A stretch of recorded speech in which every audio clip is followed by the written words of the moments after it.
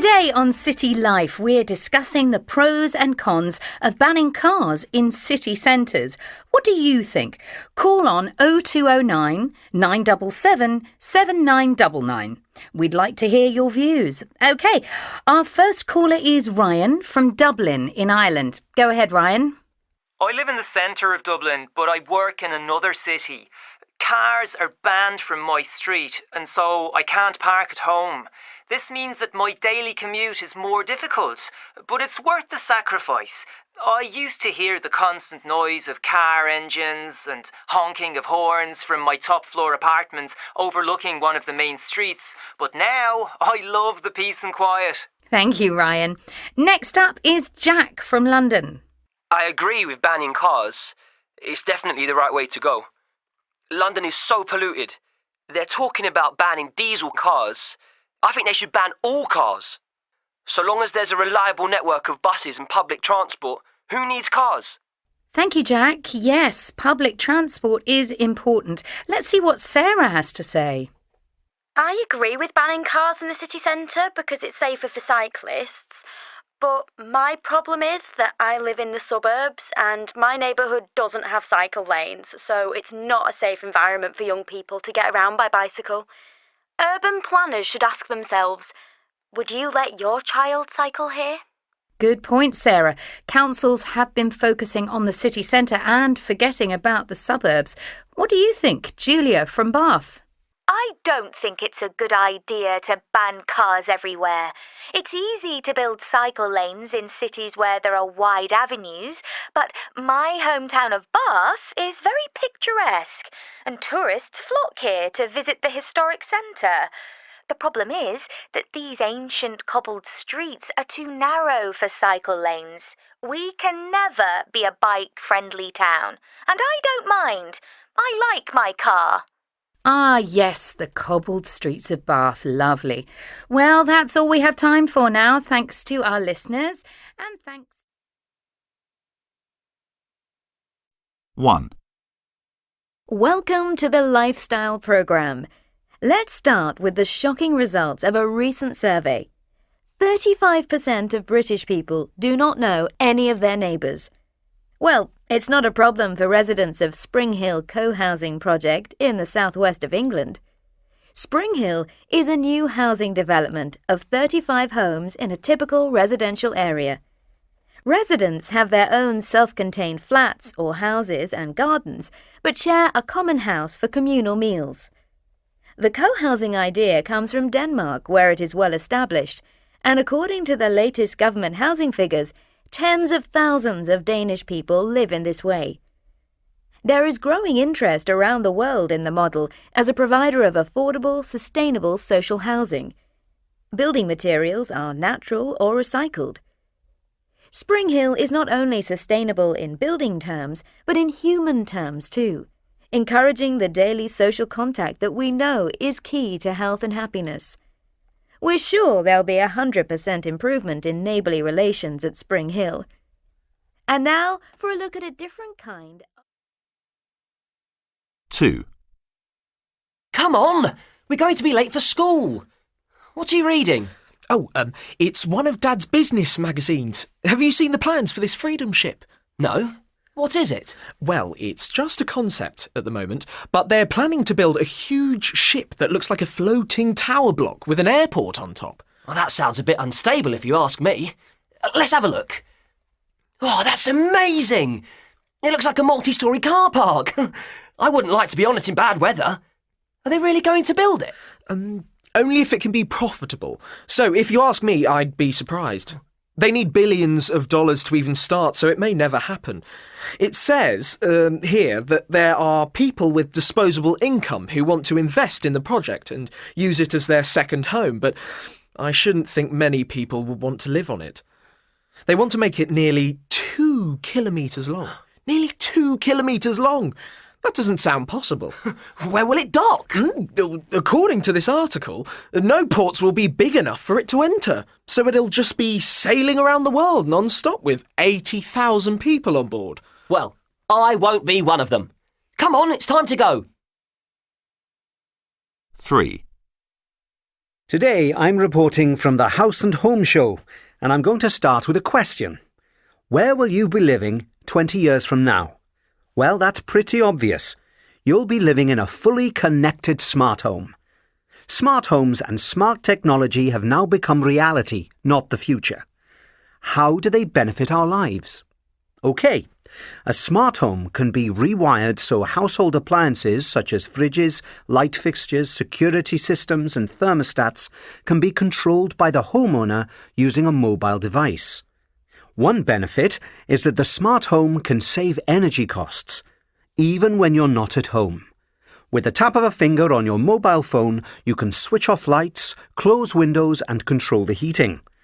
With the smart home, you gain more hours in the day. When you're running low on milk, your fridge can order more, and it can be programmed to manage all your shopping. The fridge will even advise on recipes based on what you've got in stock. Domestic chores just got a lot easier. In the future, such homes will be available for everybody.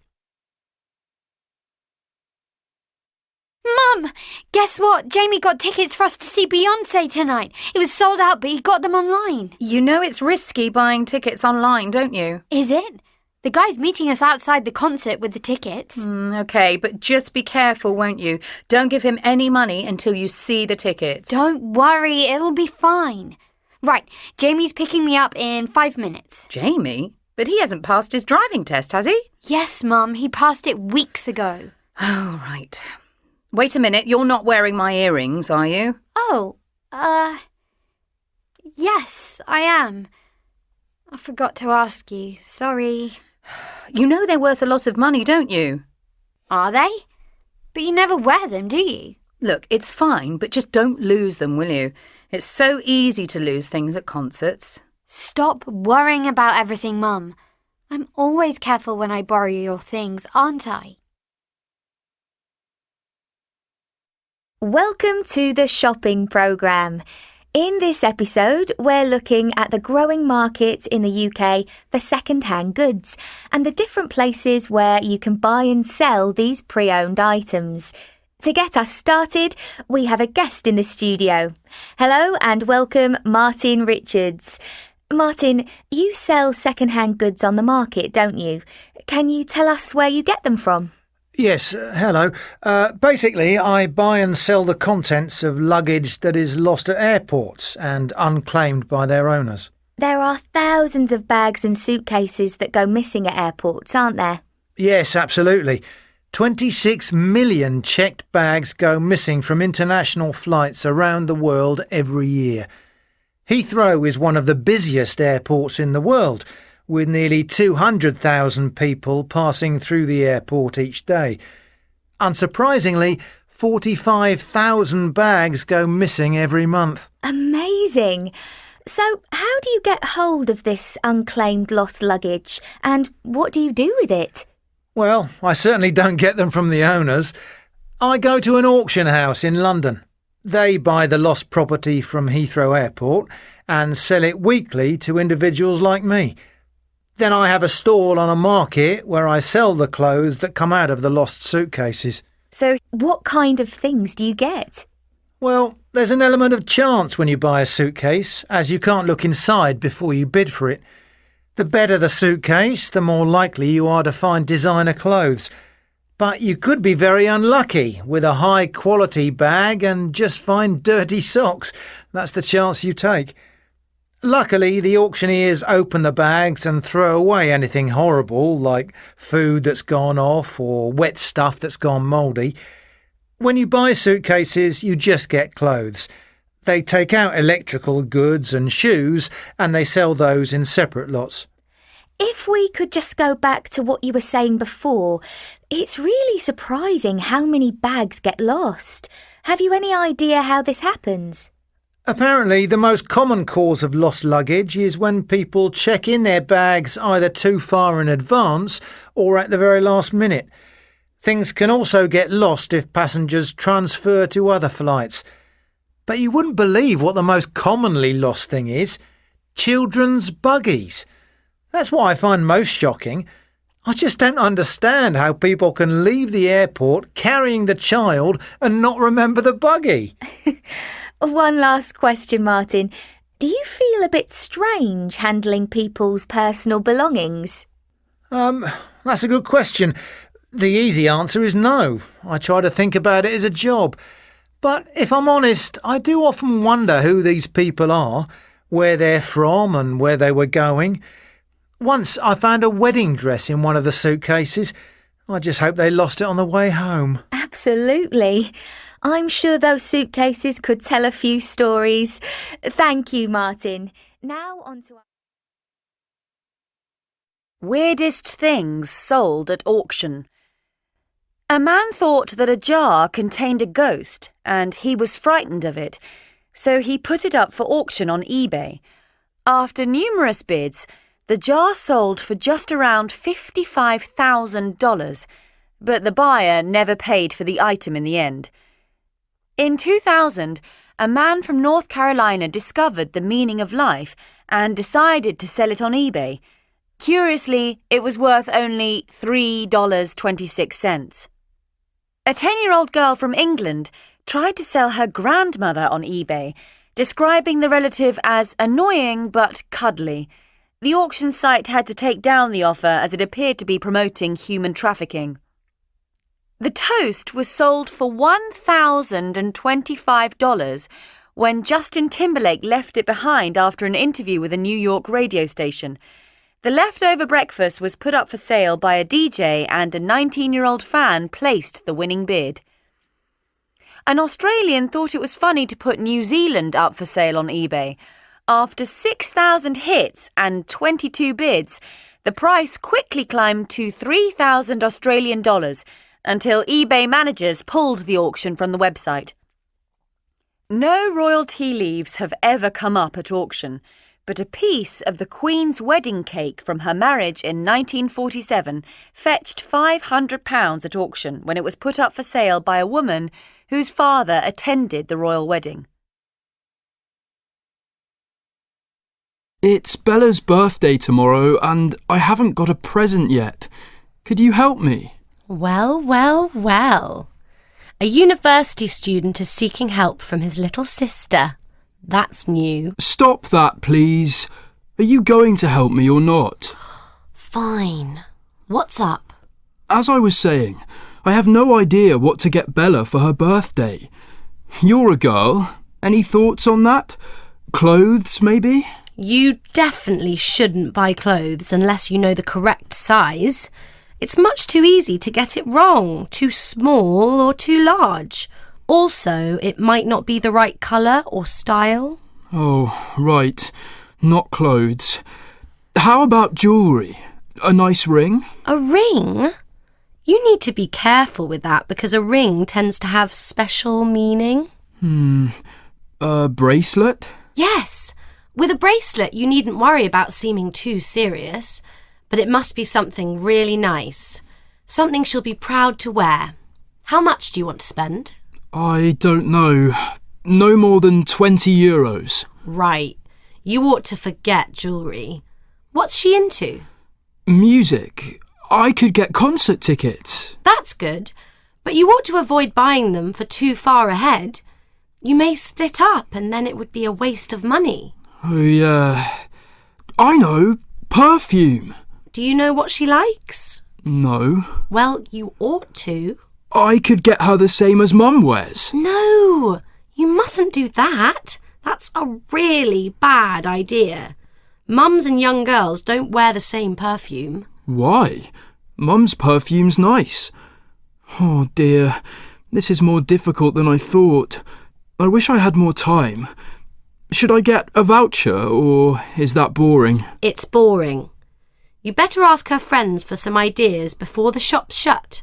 They'll know exactly what she likes. Hurry, the shops are about to shut. A. You look tired today. I am. I didn't have a very good evening yesterday. What happened? I went to the cinema with my brother. The ticket cost a lot and the film was terrible and very long. So it was an expensive evening and we went to bed late. B. Have you seen Katie's new haircut? No? What's it like? I don't think it suits her. I told her it made her nose look big. She was upset. C. That new girl came to my brother's birthday party last week. Oh, what's she like? I'm not sure if she's shy or rude, but she didn't speak to anyone and she left really early. Oh, what a week. I'm exhausted. I'm glad it's Saturday. Well, don't relax too much. We need to do some food shopping. We don't even have coffee. Don't we? Well, you could have said something earlier. How am I supposed to function without coffee? Well, you should have noticed yourself if it's so important to you. Anyway, there's a food market on West Street today. I say we get there early. What? You mean leave the flat? Well, how else do you suggest we do the shopping, Oscar? Online. I really can't be bothered to go out, Emma. Going to the market is time-consuming and takes effort, but shopping online is quick and convenient. Click, click, click, and it's done. Miraculous. It's the only way of shopping that allows you to stay on the sofa, and, therefore, it's clearly the best choice. Another reason is that, instead of carrying heavy bags halfway across town, someone will deliver everything to the door. What could be easier? You are so lazy, Oscar. OK, when you compare the two, shopping online might require less effort, but I wouldn't choose it because you can't actually pick the fresh food yourself, can you? If you order online, they can send you all the old stuff. That's why I'd opt for the market. On top of that, it is actually good to leave the house and interact with other real people sometimes, you know? I mean, I prefer going to the market simply because it's a colourful and lively place to spend some time. Also, shopping online isn't the best choice if you consider the environment. All those delivery trucks speeding round the city. Plus, don't forget, it's much more likely that the food at the market is locally grown and it's definitely the cheaper option. Oh, OK. I get the message. How about you go to the market and I stay here? That's fine, Oscar. You can clean the kitchen and the bathroom while I do the shopping. On second thoughts, I'll come with you and help carry the bags. Oh, my hero. I'm here in the studio with Anne Knight, a mystery shopper. It's very much a niche job and one that's full of secrecy. Can you tell me a little about your job and what it actually entails? Sure. Basically, I'm assigned a number of different stores in different locations and cities and asked to buy a certain something from a specific department or from a new product range. It could be in a chain of supermarkets, for example, a fast food restaurant or a large department store. I take extensive notes on the appearance and cleanliness of the store, the progression of the queue, and the quality of customer service. I then have to write up detailed reports on the overall shopping experience. It's not as glamorous as most people think. Companies are spending millions each year. There's an increasing need for mystery shoppers and salaries can be impressive, I hear. Do your clients get good value for money? I believe so. Retailers are becoming increasingly aware of the competition from online stores and profits are being threatened.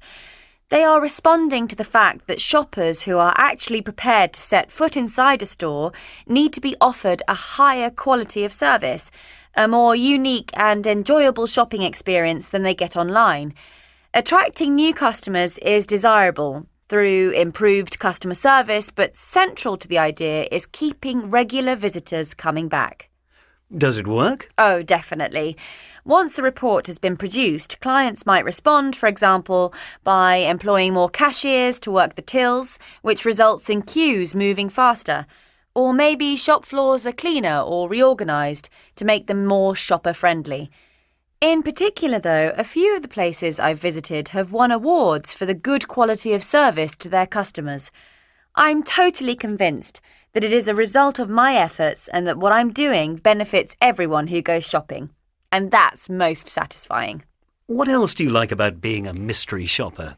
Occasionally, we get an exclusive assignment, such as checking out a 5-star restaurant or doing a report on a store that's on a cruise ship. Companies really have to spend vast sums for such a service, and the pay is very good, so understandably such jobs are quite rare. But it does add to the whole unpredictability of the work, which is nice. In many ways, the perfect job. Believe it or not, it's actually quite hard to enjoy a meal which costs a fortune in a plush restaurant because you can't sit there and take notes like you can in a store. Remembering lots of tiny details about the meal, the overall quality of the service and the food being served, as well as the much more personal interaction with the waiting staff, all of that can actually distract from the whole experience. And then having to go home or back to the hotel late at night to write reports on everything while it's still fresh. You really do need to remain focused and detail-oriented. Hardly the perfect way to spend an evening. So it's not all just about free meals, is it? Thank you, Anne. Stay tuned because next up, Michael Bridges will be... In today's programme, we're taking a look into the future of work. With us in the studio, we have a specialist in future trends in the workplace, Dr. Atkins. Dr. Atkins, what do you think the world of work will look like 10 years from now? Well, it certainly won't look the same as now. Technology now enables us to work anywhere, and so there's been a steady rise in people working from home and a sharp drop in the number of people commuting to work.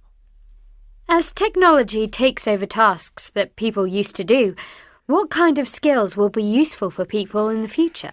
People will have to focus on the kind of skills that can't be done by a machine or a robot, such as leadership and management jobs or caring for other humans. So you don't think that dentists and teachers should worry about their jobs just yet? No, definitely not. The need for jobs in the medical and teaching professions will remain constant. Many of the traditional jobs will still be necessary 10 or 20 years from now. We'll always need lawyers, politicians, firefighters and so on.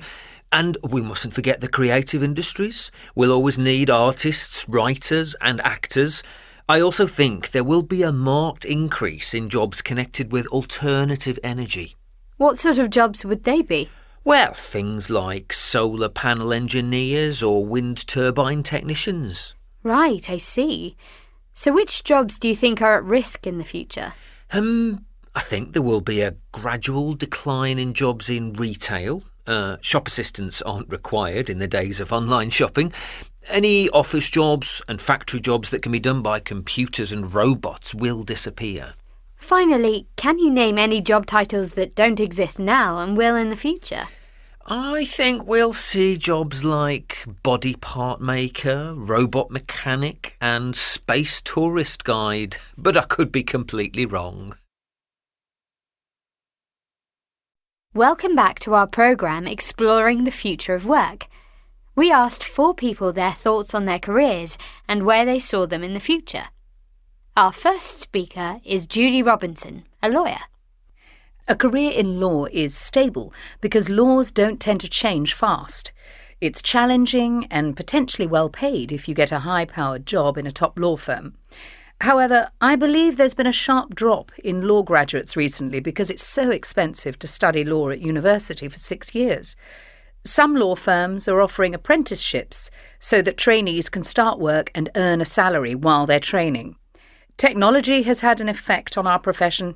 Some of the jobs that lawyers used to do can now be done online. Fortunately, these tend to be tedious tasks that nobody liked doing.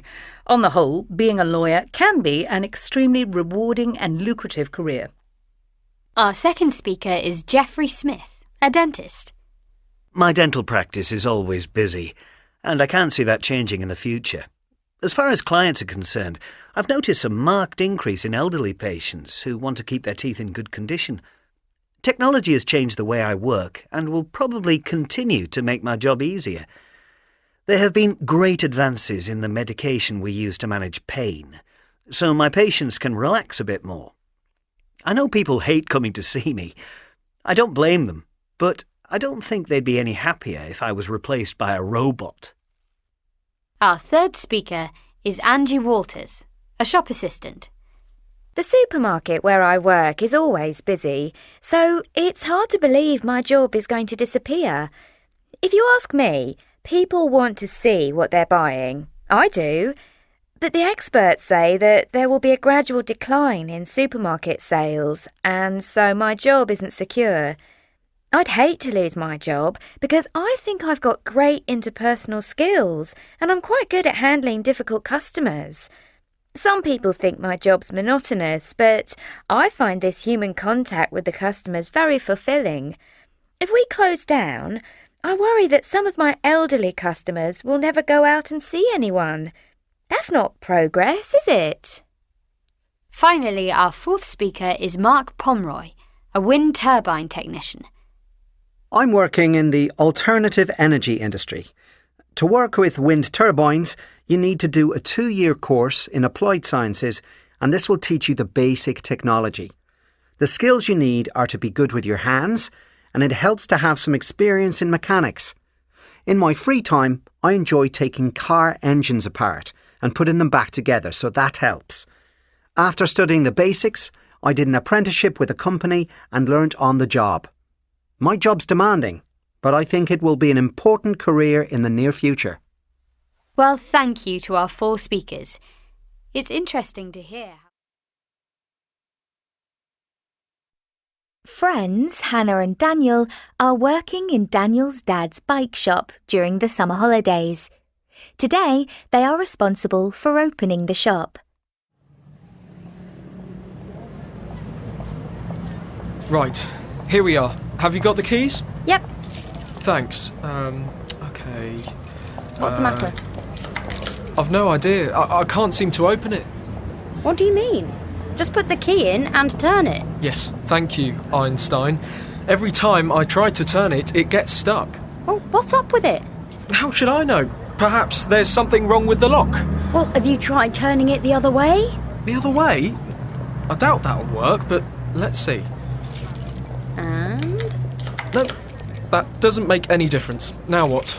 Let me try. Okay. Careful. Not too hard, it'll... Oops! It's broken off in the lock. Hannah! Why on earth did you do that? Oh, I didn't do it on purpose. What are we supposed to do now? Calm down. I think I might have left the toilet window open round the back. Perhaps if I climb through, I'll be able to open the door from the inside. At least then we can open the shop on time. We'll work out what to do about the lock later. At the back of the shop... Yes! It's open. Problem solved. Help me up. Okay, be careful. I'm not sure this is a good idea. It looks a bit small. Are you sure you'll fit? Are you saying I'm fat? What? I'm joking, Daniel. Okay, 1, 2, 3. Oof. Ouch! Oh, I can't get my leg through.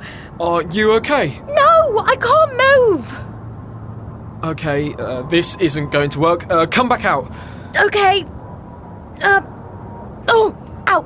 Daniel, I can't. What are you doing? I'm stuck. What am I going to do now? Well, you should have thought about that earlier. Oh, no. That's it. My dad is going to kill us.